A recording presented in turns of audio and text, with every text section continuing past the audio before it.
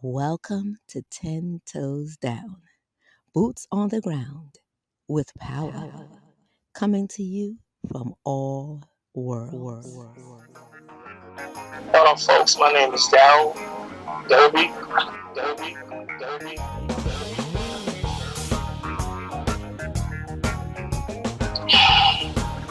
I was born in Brooklyn, April 3rd, 1955, Cumberland Hospital.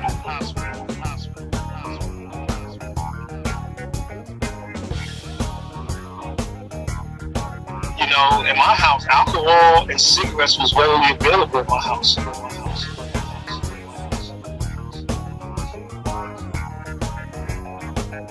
Drink alcohol, smoke weed, and sniff cocaine every day.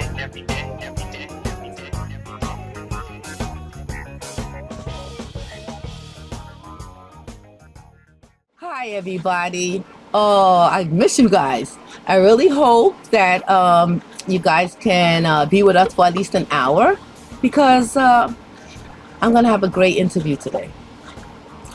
It's going to be relative to anybody who has gone through any struggle in their life and felt alone or in a struggle now, you know?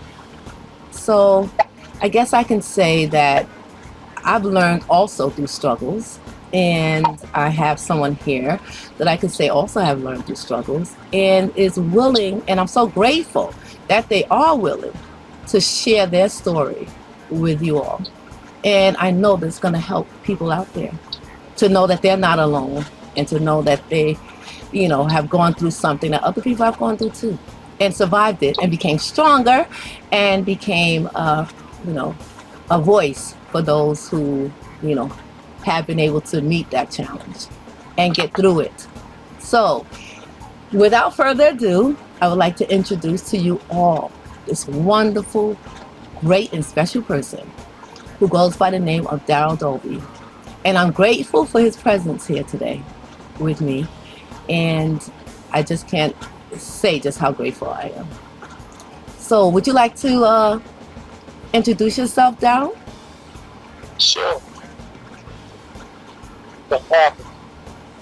Hello, folks. My name is Darrell Derby. I'm a New York City born and raised individual. Today, I'm 69 years old. Wow. I'm going to say 69 and a half.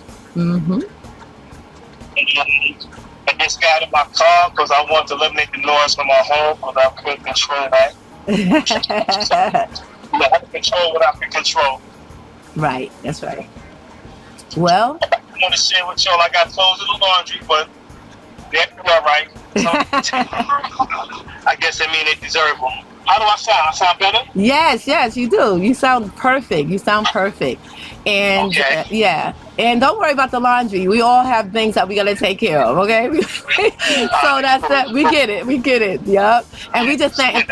Yes, I'm just thankful that you're taking the time, Yes. to tell your story, Okay. Yeah. So, Okay, well, I'll give you a little bit about me. Yes. I was born in Brooklyn, April 3rd, 1955, Cumberland Hospital. Wow.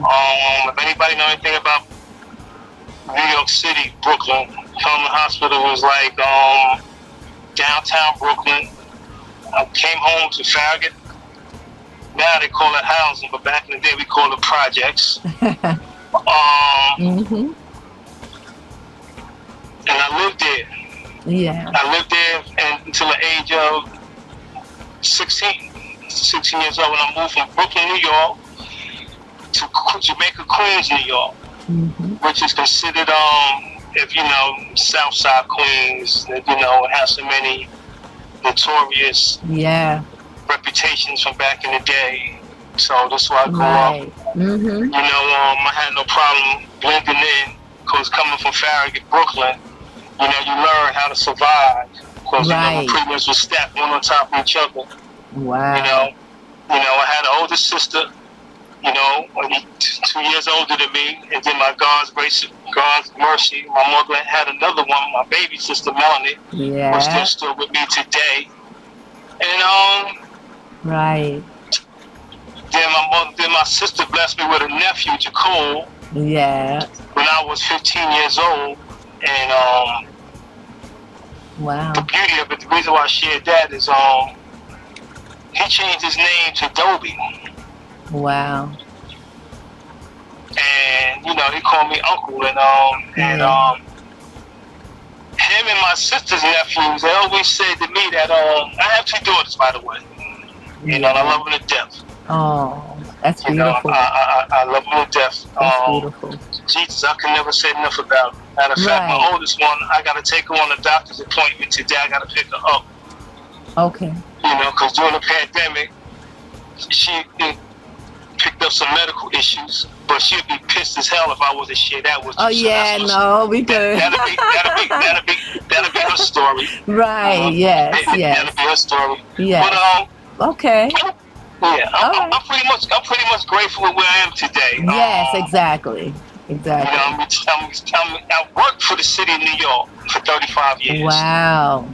Okay, and being that I said I was born and raised in New York, I picked up some of the bad habits that we pick up being New Yorkers. Right. I picked up some of those bad habits, and I had to go with that, and I had to overcome those bad habits. Right. And one day my prayers was answered. Mm-hmm. I'm sorry, I'm backing up. That's okay. One day my prayers was answered, and my mother's prayers was answered. My aunt's prayers was answered because they was praying for me too, and I found a new way to live. That's beautiful. So and I've been living that new way of life for over 24 years. Right. 9 months and about 20 days. That's beautiful. Can you tell us what made you what was the influence that got you to, and you don't have to go into detail, just tell us what was happening in your mind that made you feel like, okay, I'm going to start doing something that you felt, may not have been the best for you. Like, what was your first challenge that you ran into as far as not, saying no to whatever you started doing that you felt you had to eventually? Where I was living. It's I don't want to use the expression people, places, and things, but I'm gonna use that expression. When I grew up around a fast environment, and I was attracted to fast people. Right. Playboys and gators and Porterfield coats, Hart Street tailors, and all of that. And fortunately, I'm gonna use the word fortunately, I had a father and mother who worked their butts off. Right. And they gave me a standard of certain things you should do and shouldn't do. But unfortunately, when I went outside, my mother and father wasn't with me. It was me. And it was all my little friends and my cousins. I had some older cousins who pretty much showed me some negative things. Right. But I also have some cousins who showed me some positive things. Right. So I got to keep that up front too, because everything that happens in life wasn't all bad. But what happened for me was, I love smoking weed. Back in the day, we called it weed. I don't know what they call it today. Weed, probably. I think a lot of people are trying to get it called medicinal because they're trying to get it for medicinal. yeah, but that's what I did. Yeah, that was the thing. Yeah, that was the thing for many years. Smoking weed was okay, and I was a man. I was prepared to wear sunglasses for the rest of my life. Because smoking weed was like pretty much a staple. Right. Yeah, but they have it now. You know how they have it now. Now it's where it's where it's recreational. You can do it anytime. Yeah, I know. Yeah, ain't that something? I know, right? I remember going to marijuana to Central Park, going to those free marijuana days, and we smoked, and hopefully one day that it'll be legal. Exactly, and look at that, we live to see it. but now that it's legal, I gotta honestly say I haven't smoked a joint since Right. Right. 1993.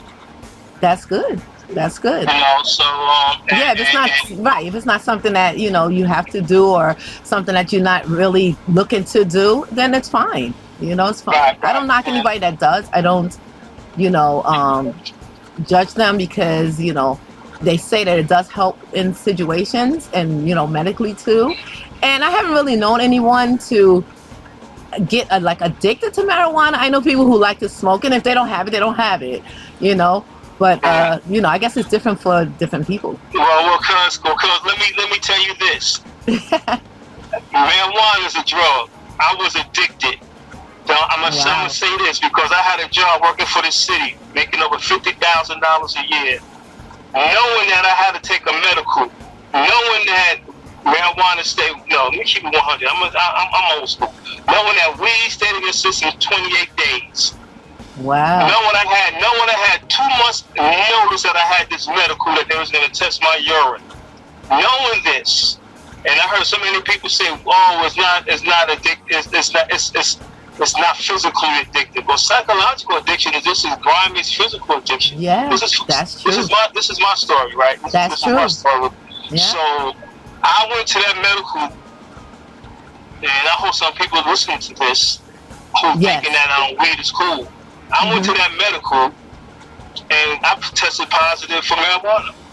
Because I was smoking 6 days before the medical, but hey, I'm gonna be all right. And I had all the apple cider vinegar, and all the quick flush, and all that we think we so slick with. I'm talking to some youngsters hear me talking. Oh, all yeah. the things that we think we slick with. Right. Can I curse? That shit didn't work. Right. So then they came back a couple of days later, said, we gotta give you another urine test. And then the next urine test, they said, well, you're dirty. Now what you gonna do? Now what you gonna do? I would be like, I'm getting a program right now. Just don't fire me. I'm going in the program right now. Something, whatever y'all want me to do. Yeah, well, unfortunately, that's what they gave me a chance to go into a program and keep my job and take sick days. But that's because around that time that happened, that was, marijuana wasn't such a major issue.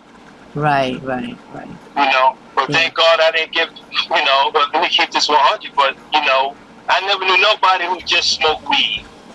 Okay? And in all my life, you smoke weed, you smoke hash. If you smoke hash and weed, you smoke opium. If you smoke weed, you drop acid. If you smoke weed, you sniff cocaine. There was nothing about, all I do is just smoke weed and meditate. No, we did everything else. We did everything else. And well, I guess you could say that it can be exceptions, because I don't want people to feel like, if they do only do weed, that we're saying that they're doing something else. So I guess you could say what you've experienced. I'm just saying, for me. From what you've experienced, right? Yeah. This is for me. Yeah. I mean, we smoke weed to play basketball. And we drank some apple juice, and then after we finished that, we drank some beer. What I'm sharing my story is, it was always more to life than just that. And they say it's a gateway. Some people feel that way as well, that it's a gateway. Like, it's no way you're going to just do marijuana. It's going to be something else. So you're not the only one. And it's amazing. It's amazing, because that they say it's a gateway. I think the gateway is alcohol. It's a gateway, because alcohol started everything. Yeah. Alcohol started everything. Right. When I came up, in my house, alcohol and cigarettes was readily available in my house.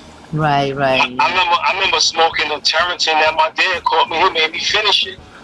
I remember my grandma smoking Lucky Strikes, but I also remember Valentine Ale. Right. Yeah. So when I was little, right, we had little shot glasses, like little shot glass. We was allowed to drink a little shot glass on New Year's. Once a year, a little shot glass of liquor, and we had no idea that it was anything, wrong with that. We thought that was just fine. you know, Yeah. because So that's what they. come on. That's how we came up. That's Yeah, how we that's grew up. right. Yeah, and now today, as when I became a mom, I was like, I'm like, no, I don't want my children to have any alcohol at all. But I grew up with that was normal, that was okay. But I wouldn't do that because I think in a way that kind of opened me up to drinking alcohol too. You know, it really did. I think Of course so. it did. Yeah. And you know, and when I came up, you know, if you look at everything that was on TV, I was born in '55. So you look at everything that was on TV from the day I was born till I'm gonna say 1970. There was always a cigarette and a glass of liquor in every show. Right. Right. You know, subliminal messages. Yeah. Yeah. You know, no matter what you seen, there was always a cigarette or a cigar or a glass of liquor in every show. And I came in, and that kind of opened me up, you know. Right. And you know, between that and the violence of cartoons, it kind of put us in a position, you know, because when I came up, Sesame Street wasn't on. Oh. Sesame Street came up later. You know, when you know when. Yeah, I grew up on that. That because I was in '64, you know, so. Yeah, grew up on that, but it wasn't available by then. I was already indoctrinated into the insanity. So today, you know, I consider myself a positive individual, right? You know, in my neighborhood where I live right now, people see the worst of me. But for the past 20 plus years, even on my job, they see the best of me. I had people tell me, you know, when I was working, you know, when you come to work, you're awesome. We trust you with our lives. Yes. But the key was, they said, when you come to work. Right. Yeah. Yeah. And so that part of me. So you feel that having those things introduced in the lives of young people is not a good idea, like the alcohol being in the house? No, I don't. Right. Cigarettes being in the house, not a good idea. Any drugs, yeah. You know, but you know, I know some people are gonna say, well, you know, that's some you know, like, you know, well, to each his own, and everybody got to go through their process. But for me, right. You know, one of the most important things in my life was, and to this day, is when I changed the way I was living.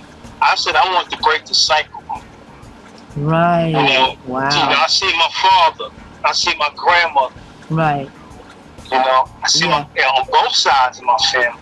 Right. You know, I see, you know, great grandparents. Yeah. Struggling, you know, on my dad's side. And on grandma's side too. On our grandma's side, I seen that. Yeah, it's true. You know, when I heard the stories, because we from Orangeburg, South Carolina. I'm a Geechee, by the way, if anybody wants to know. Oh yeah, that's right. That American Indian, that's right. I hear you. Me too. Woo-hoo. Yeah, that's right. Big up to the indigenous. That's right. The Aboriginal. It's amazing when some people say, "Where you from?" America. I said, "What you mean?" He said, "Where you from?" I said, "I'm from Brooklyn." No, where you from? I said, "Oh, you want to know what my heritage line is?" So I dropped it. Exactly. You know, Orangeburg, South Carolina.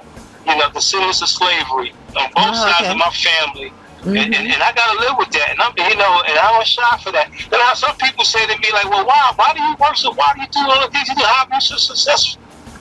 You know, like just because I was born and raised in America, I'm not supposed to be successful because I'm a black person. I'm not supposed to be successful. Right. Well, we know that's right. I said, you know, you got that kind of. That's an agenda. Yeah, that's an agenda. Yeah, I said you need to leave New York and go around the globe. Right. You know, be very successful. Exactly. What I'm saying is, I want to break the cycle so my, you know, right, so like exactly. When nurses see me. You know, my daughters see me down. When, you know, they see me then and they see me down. My nieces and nephews see me. They see me then they see me now. But when the grand nieces and nephews see me, they see Uncle D. Right. Uncle D. Right. The guy when they come by, he's taking us places. You know, he's putting money in our pocket. Right. He's that's a good influence, and that's important to me. A good role model. A good role model. Thank you, and that's what I want to be. And that's what you want. That's what you want to leave as a legacy as well, you know, because not everybody got that chance. You know, some people died overdosing, you know, some people died from liver disease from drinking so much, you know, and never stopped, you know. I have some relatives that died from, from cirrhosis of the liver. They just couldn't stop drinking, So I do too. I got them too. I got them too. yes, That's right. so Cirrhosis of the liver. Lung cancer, couldn't put down the cigarettes. Told they was had lung cancer, still kept smoking. right, Told they had the liver disease and still couldn't stop drinking. And I know this is just God's way of touching, like I said earlier, by the prayers of my parents yes, and my aunts and uncles. Because just like I pray for my family members too today. Because right, intercession. yes, And having good people in my life, people that told me don't do this, do that. right, But I'm gonna share this too. Being that I'm talking, even Okay. in the midst of coming up doing bad things, deep down inside, I knew that I had a conscience. I knew certain things. I said, "Why are you with these guys? Why are you doing this? Why are you with this girl right here? Right. Knowing that you got a wife at home who cares for you. right, Why are you with them? Why are you just running them up? Why are you getting off of work instead of taking your butt home, going to the after-hour spot, to the Right. number spot, to the gambling house? Why are you in the alley with some other guys with a bottle of Hennessy, thinking that just because you're drinking Hennessy and Martell's, you're not as bad as them because they're drinking white, they're drinking rum. right. And you're vodka. Why are you doing that? What's the catch? What's the catch? Do you think that's from a good foundation? Well, at the beginning, I thought, my values were school.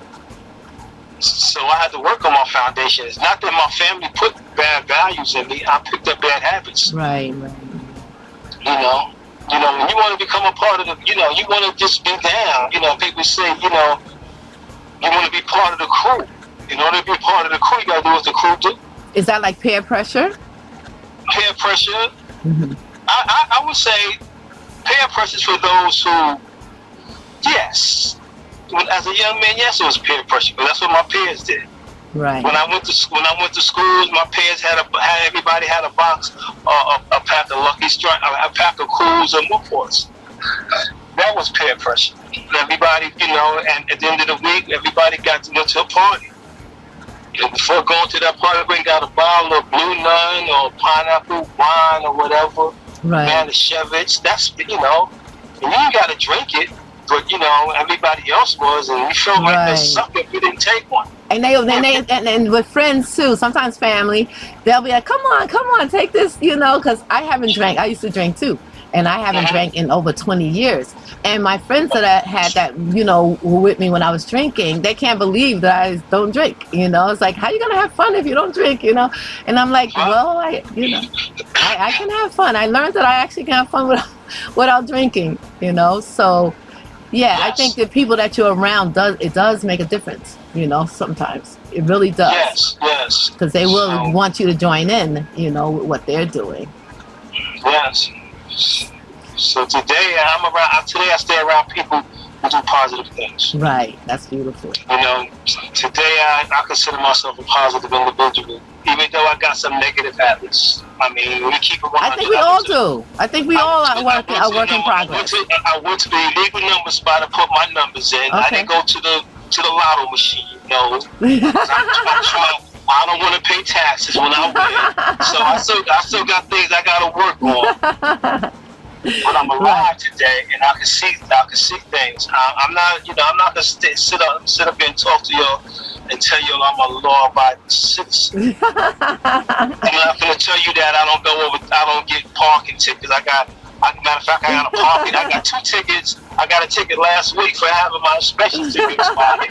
That's okay. And I got a ticket 2 days ago because I was parked in an area where there's no school. Hasn't been a daycare center there for like 6 years, but they still got the sign up that says school parking between 7 and 6. But there's no school there.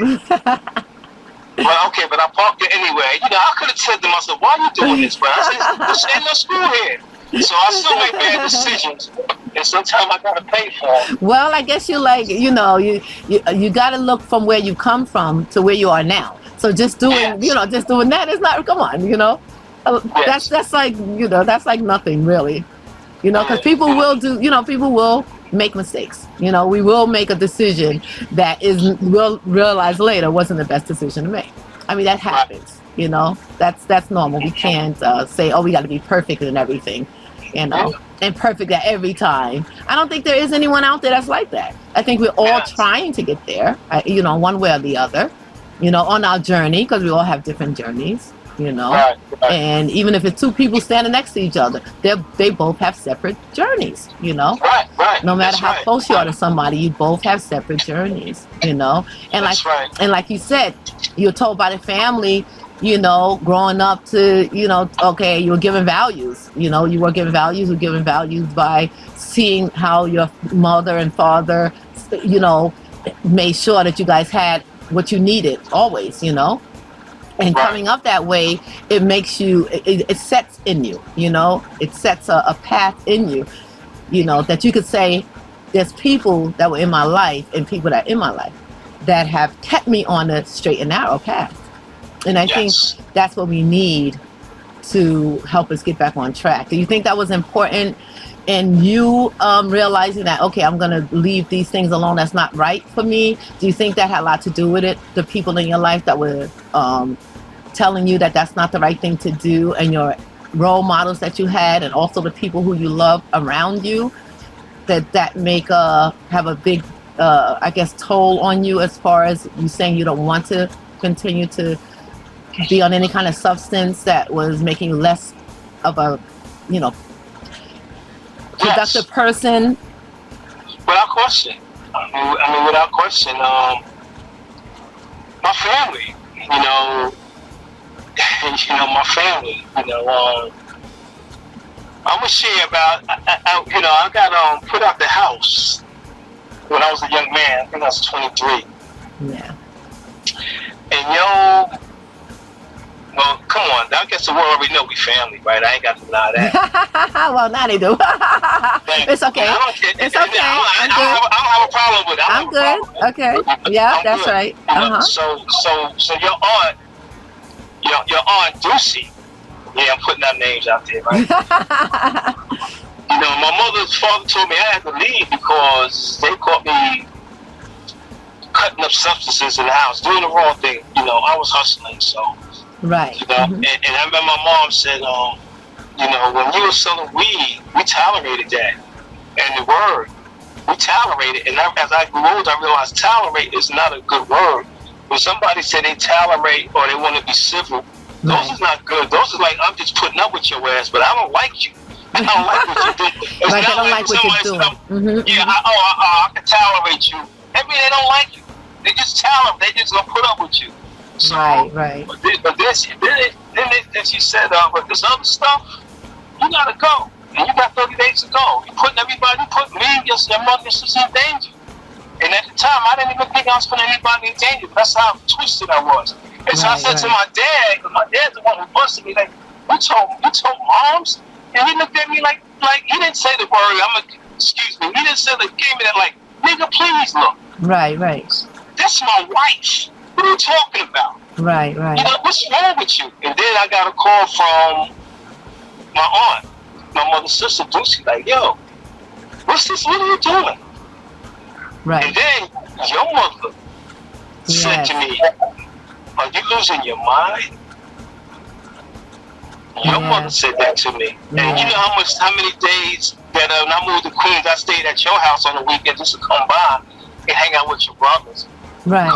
That was my man, and you know, and I just went to the world just went to another level. Right. Then I have to take a deep look at myself. Well, I'm sharing that with you though. Yeah. I'm sharing that on this here forum. Yeah. Let everybody know. These same people. A couple of years later, about 2 years later, I got a call from my dad. Because back then it was instant service for all you youngsters. We had like a machine with a tape. Right. Exactly. And he told me to come by. And he gave me a letter from a New York City agency job. And he gave me a bottle of citric magnesia. Because you know I had to go take a physical. And said, don't fuck this up. And my father raised something to encourage. But he was adamant about this. Right. And I did everything he said. I went down there, and I was always in good shape. So the physical wasn't nothing. Right. So my urine came out clean. I'm gonna say thank God they wasn't testing for weed. And if they was testing for weed, right, my urine would not have been clean. But I didn't have no other substances in my body at the time, and I wound up getting that job. And when I got that job, I had on that job, Grandpa's brother worked there. Our grandpa's brother worked there. Okay. And I worked with him. Mm-hmm. And I work with a few others that's close to the family. And my best friend and my oldest daughter's godfather, I work with his dad. So I have people around me, and this is by the grace. And then I have people around me monitoring me and giving me good advice. And see, that was one of the first steps. Yes. But I would like to tell you all that I learned my lesson. But I continue to use for 17 years on that job. And after a while, I just got sick and tired of not being responsible. Right. And one day I just woke up and asked I prayed. I got on my knees and prayed, and my prayers was answered. What brought you to that point? What brought you to that point where you knew you needed help and you knew you was tired of being that way? Because the way I was living. I don't know nobody who want to drink alcohol, smoke weed, and sniff cocaine every day. Oh, I don't know. Some people that don't know any better be like, oh, that's a life. That's not cool. You might have people doing that. Yeah, it's not cool. And I know some people when I first started working for that job, right? And I was in the spot, and I said, well, I got this job, man. I don't know should I take it because it's going to affect what I'm doing. And the old timer was sitting there, and the old timer said to me, look around this room. This was the After Hour Club. Look around here. You think everybody in here want to be in here? You think half the people here would take that job? So you got a chance to get a pension. You got a chance to get Social Security. Right. You got a chance to put money aside. You got a chance to buy houses, take care of yourself, be a productive member of society. And that's exactly who you are today. And that's who I am today. And I'm so proud of you. And so that's why I'm speaking now. So hopefully, what I'm saying I could put a shed of light on somebody. And I don't know who's hearing. I can't even tell you if it's one person listening or if it's 500,000 people. Right, yeah. I have no idea. It's going to be a lot of people listening. And I think it's so important that people tell their stories because you're not alone. You're not alone. Yes. There's people that's going through the same thing and just need to know. Sometimes they just need to know that there's somebody else that went through it and survived it. Or even if it's somebody else going through it, at that moment, just letting them know they're not alone and that there's a better day, and you don't have to. Mm-hmm. It's always a better day. I know this is not no and I want to say this, okay? There's help out there. I didn't do this alone. And like I said, I'm around positive people today. I didn't do this alone. I'm around people who pretty much walk the same walk I walk and decide to make changes in their life. And they my friends, male and females today. And my life today is pretty good. That's beautiful. Right now, early today, I'm getting ready to like I said, I'm washing clothes. I'm getting ready to sell one of my and cars. That's a good thing, because let me tell you, people that do any kind of substance that's overboard with it, they do not want to wash clothes. I'm telling you, they are not interested in doing stuff like that. Having the same clothes on. So the fact that you're even washing clothes and being responsible like that shows that your head is in the right place.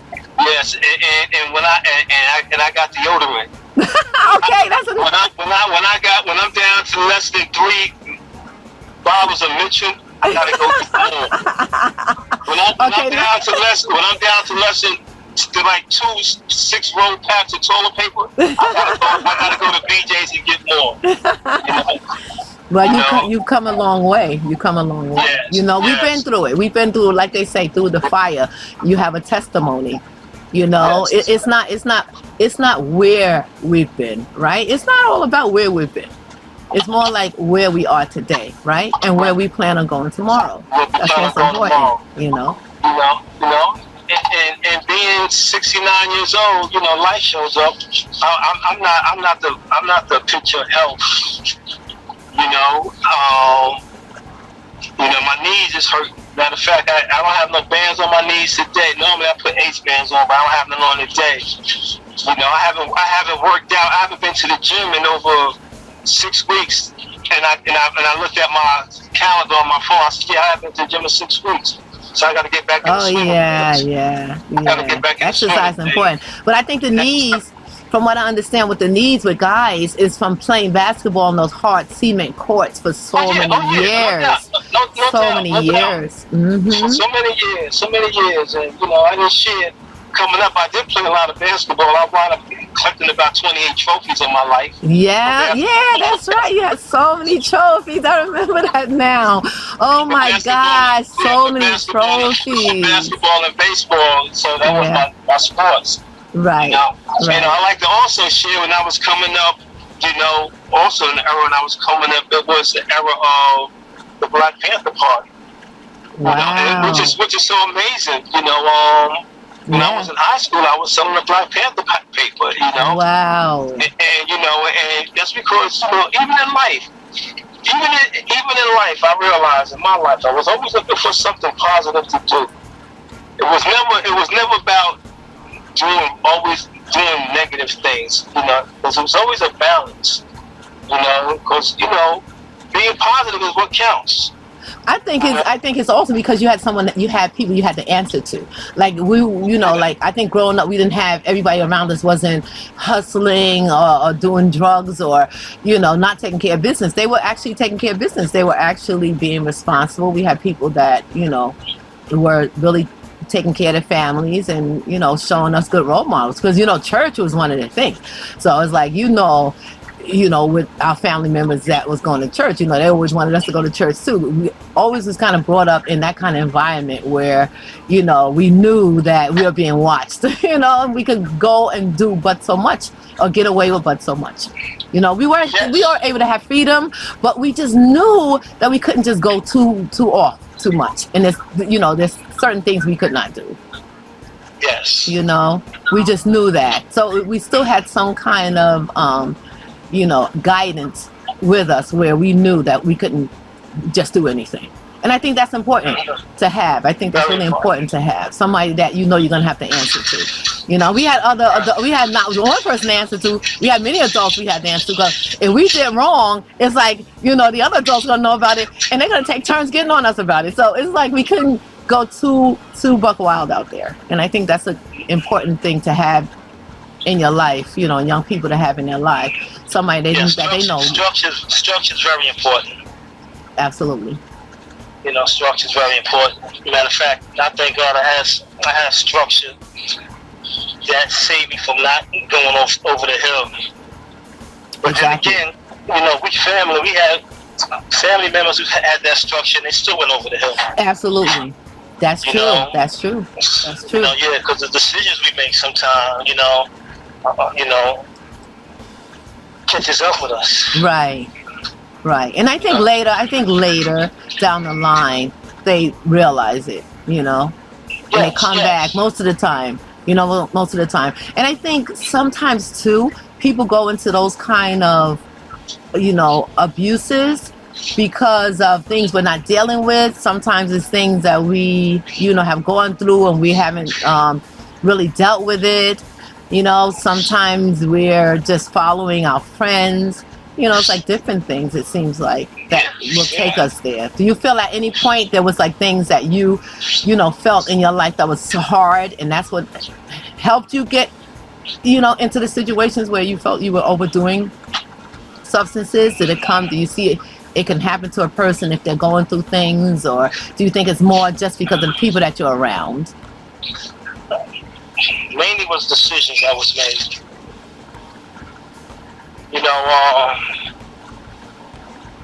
Some of my choices was based on economic survival.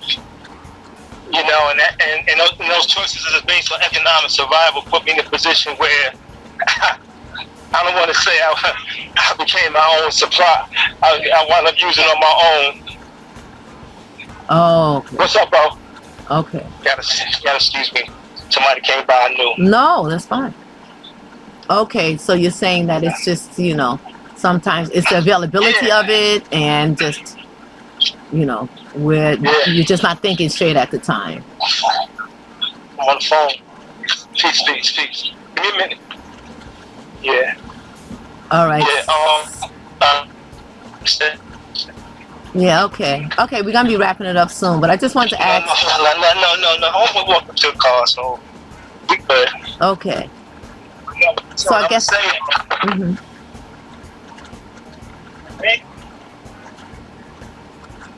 Yeah, I guess for those who are listening, I guess. It comes down to how I got caught up in the midst of we had this saying in life, and I'm gonna use this for some people who might be listening. Okay. I never been to jail. Okay, that's good. That's a good thing. I never been to jail. I got arrested one time when I was 14 years old. I was with our cousin Butchie, and I was wrong. Jesus, I was guilty. Keep it 100. I was guilty. Right. But I realized then, when everybody was saying, "Oh man, just plead guilty and you get probation, and the worst case can happen, and they'll send you to spot foot." Wow. I said, "Shit, yeah, that's not enough. That's not too much of good choices, is it?" But your dad had a brother, Bernard. Was it Bernard? Yeah, I believe so. I know he had two brothers. I'm not sure, but one of them, he came by and he said, "You better get your story right." And I remember it was like, Jesus, it was like I was young. Yeah. So it was like, and I remember him saying,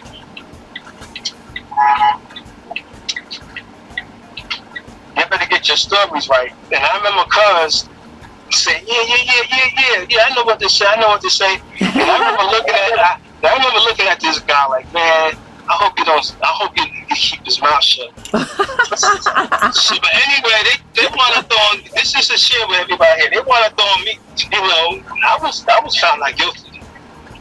Right. And Cuz, because he couldn't keep his mouth shut, had to do 6 months probation. Oh. And what I'm sharing with you, his father's brother told us to get our stories right. Told us to, don't be in there acting, and he didn't heed. He didn't listen. But that was a growing point for me. And another reason why I'm sharing this, because my father told me back then, if you get arrested, I'm not coming to get you. Right. If you go to jail, I'm not coming to get you. And because my father did not come get me. It was my mother who came and got me. Right. And when I came home, the look he gave me, like, did you think I was lying to you when I said I was going to come get you? Right. So I realized in life, and then what I also realized back then, some of our family members, they wasn't really paying attention to, and I don't want to say they wasn't intelligent, but a lot of people I put stock in, I stopped putting stock in.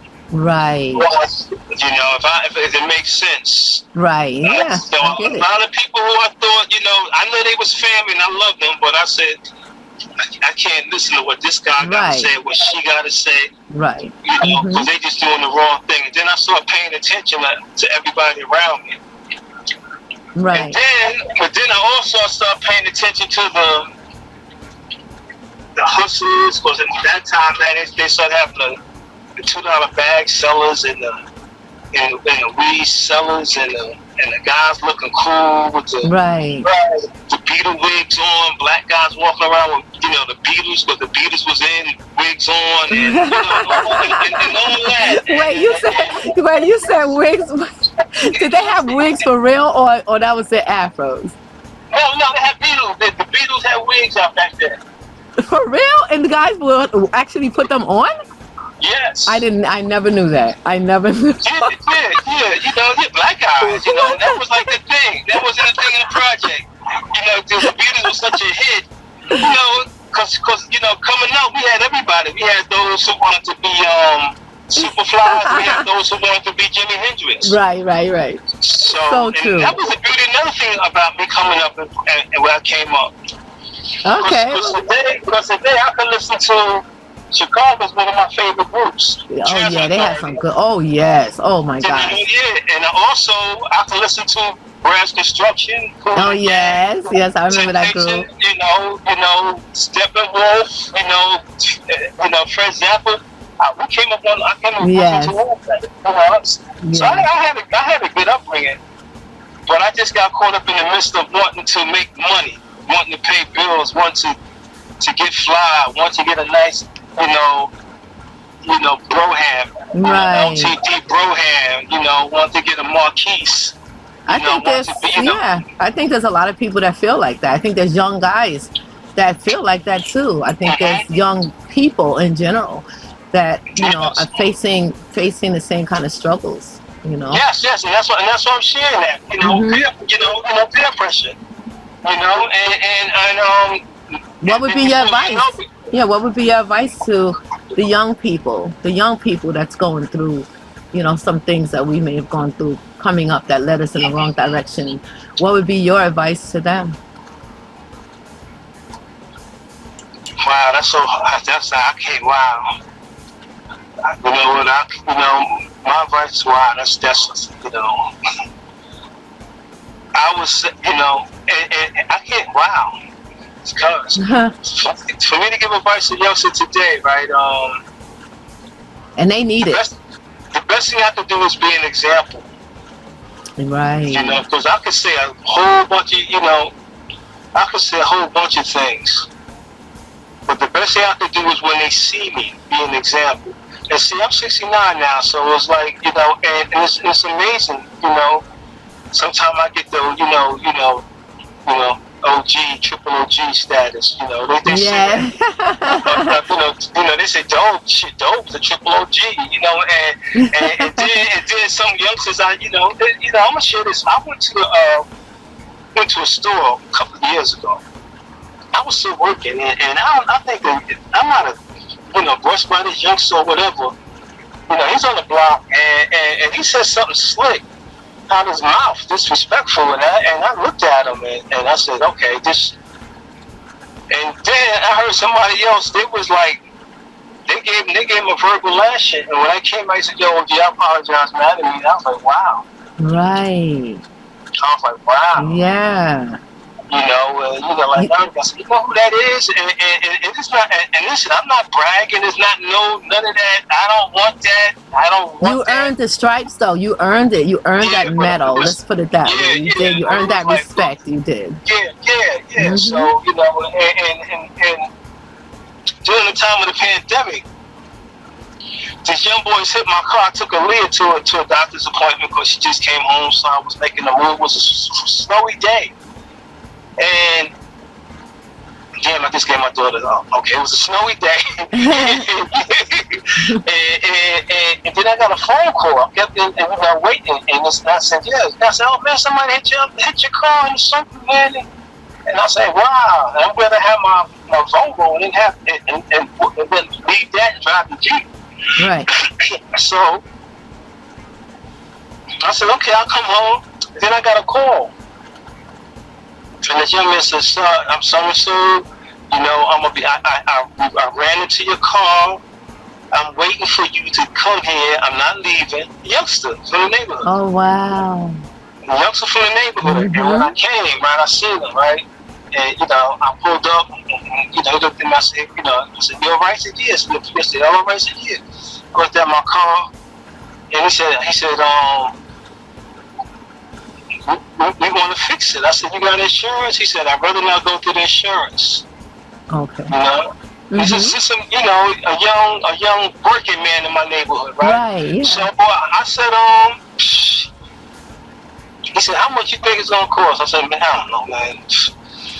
I already had some damage, so it was like, I said, maybe like what, 500, right. told this boy, go get it. That's like that. Go get it. Okay. I wish all of those things went down so easy like that. Accidents. And the reason why I'm sharing that with you, right before when I went to the laundry, I seen that young man and he gave me a fist bump. Oh. You know what I'm saying? You know he's gonna make it. You know he's gonna make it in this world. Yeah, he's gonna make it. He's gonna make it. Yeah, and I look at him, you know, and I said, man, he got like a Benz. I like the Benz, man. Nice. He said, thank you for the love, and you know this. Yeah. But I see the good qualities in him, and I hope he survived the obstacles of life. Well, but I can't never say like, listen, man, this is where I've been and this is where I'm at now, because that's not how this works in my life. I gotta let God take the wheel and let them see who I am. Yes. You know? And I think he has. I think that he knew who you were, it seems, right? Did he know who you were? Yeah, I'm quite sure once he hit my car, people in the neighborhood said, okay. All right. So see, because of your reputation as well, people were standing up for you. You know, people were standing up for you, because the people don't seem, I don't know, sometimes it seems like we don't understand that we're always being watched, you know. Somebody is seeing us, you know. And so, you know, and when they see that you're an upstanding person, you know, you can see that you know, that you're a good person, that you've been through struggles, but you're good today, you know, or that you're a good person, you know, or both. They're gonna look out for you. They're gonna look out for you. You know, so we are being watched.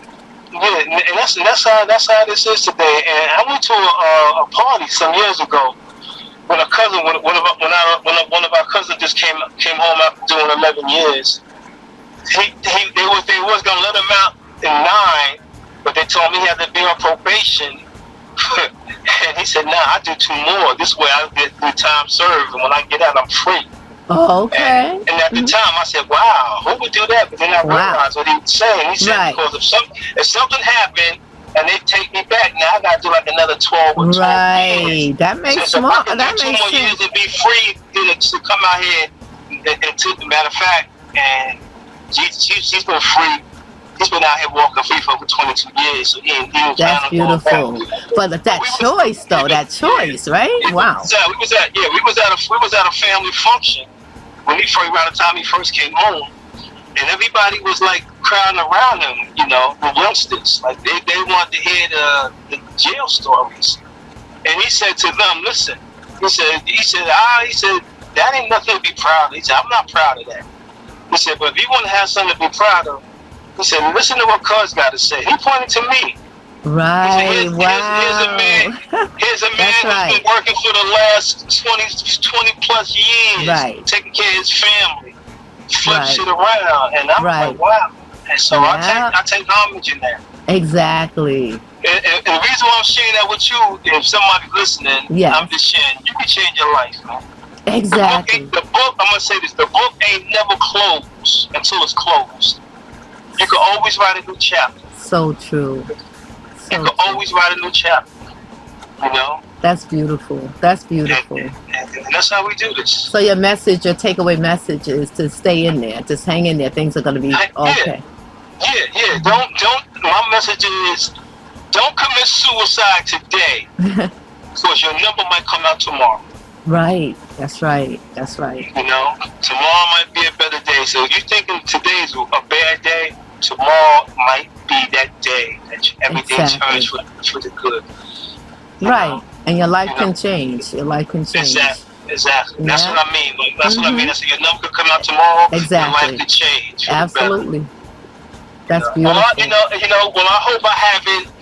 You know, it's amazing. This is me. Yes, and it's beautiful. I'm gonna tell you. Can I tell you something, cousin? I'm sweating. Sure. Listen. I'm sitting in an air-conditioned car, and I just touched my shirt. I'm sweating. I'm that man. Let me share this with you. I'm that guy. I graduated from high school. Beautiful. Okay? But I graduated a year and a half late. Okay. I did a year. Listen, I did a year. I went to summer school. Then I came and did 6 more months. Because when I moved from Farragut to Queens. I went from Boys High with your brother Carl. I love him to death, God rest his soul. Yes. With Gene up to Grove, God rest his soul. Yes. Our cousin. Yes. With Blood, God rest his soul. Yeah. You know. Mm-hmm. Winnie, he's still with us. You know, and Butchie, God rest his soul. So when I moved from Brooklyn to Queens, and then they had to do my transcript.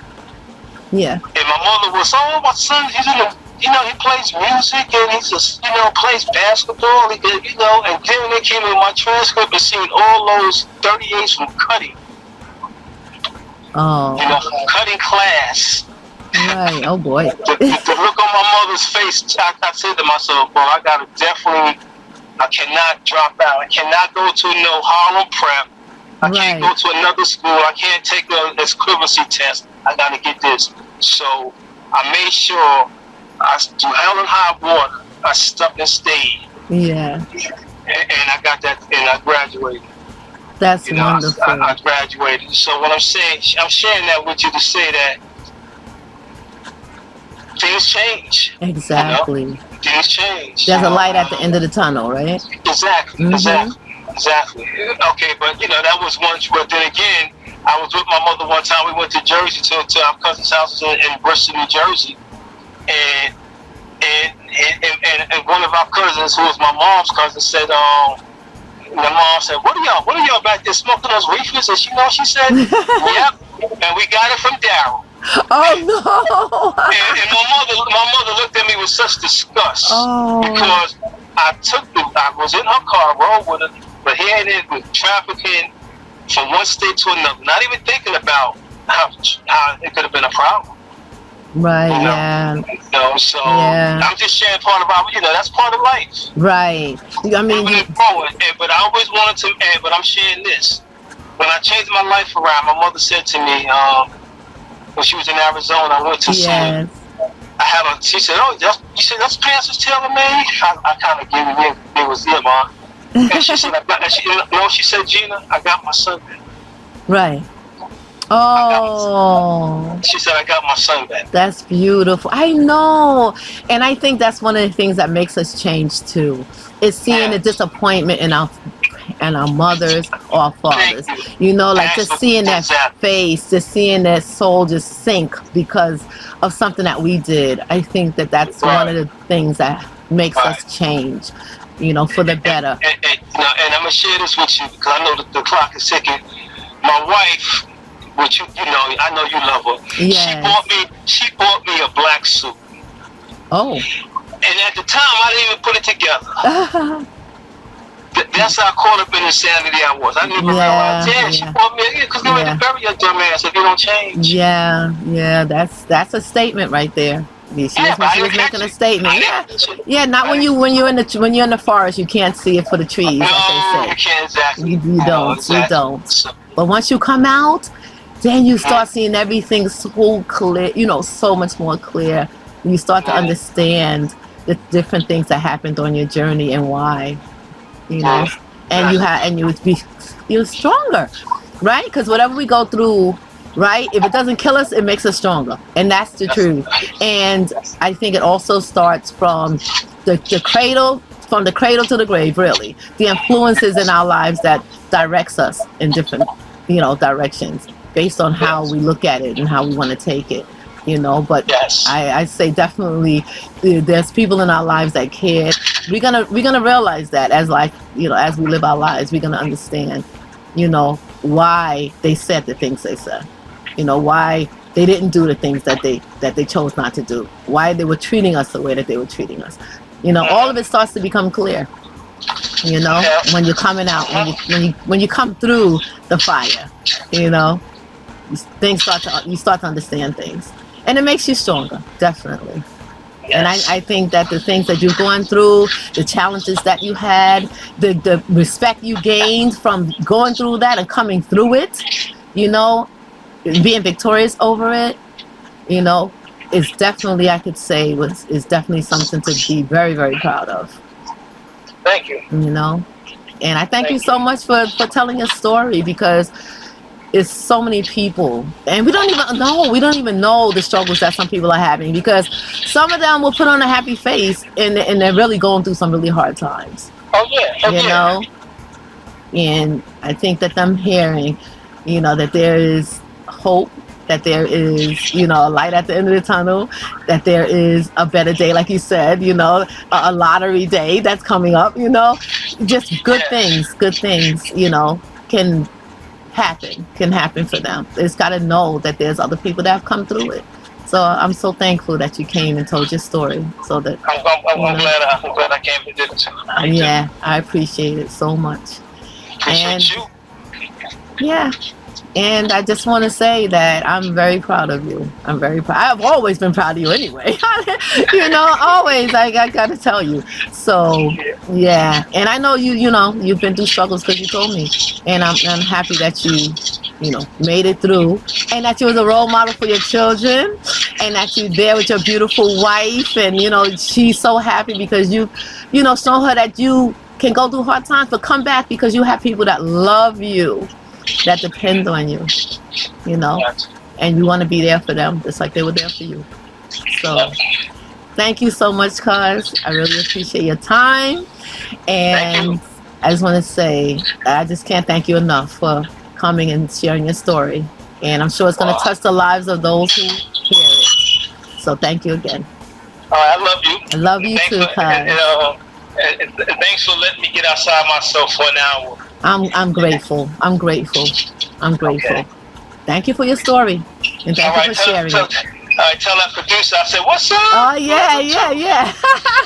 I definitely Both will. of That's them. Both yeah. of them. He's the one behind all the work. He's the one. Oh, He puts everything together. So I'm they proud got of him. haircuts yet? I shout him out. No, he don't want anybody touching his lock. They down to his knees just about. They down to his knees just about. You know how Samson? I say that he's like Samson. Don't mess with his hair. That's his pal right there. I That's his bet. strength. Long as they self out, they'll Yeah. never change. Yeah. He's good. Good person. And saw you, Cuz. Thank you so much. I love you, Okay. and have a good night. You too. You too. Thank Love you. you. Love you. Thank you.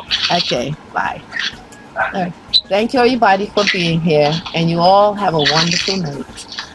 So remember, if a rock gets in your way, start to chisel. If you see a cutie, put on the drizzle, and keep your head on a swivel. Keeping it real, on 10 toes down, boots on the ground. Sending love from my world to yours. Later, later, later, later, later. The best thing I have to do is be an example. Be an example. Be an example. Be an example. Be an example. Be an example. Be an example. Structure is very important. Very important. Very important. Very important. Very important. Very important. Very important. I made sure through hell and high water, I stuck and stayed, and I got that, and I graduated.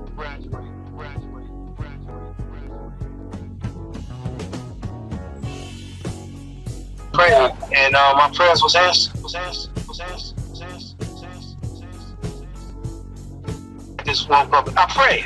He said, "Those parents was telling me." I kind of gave it. It was it, man. When I changed my life around, my mother said to me, she said, "I got my son back, son back, son back, son back, son back, son back, son back."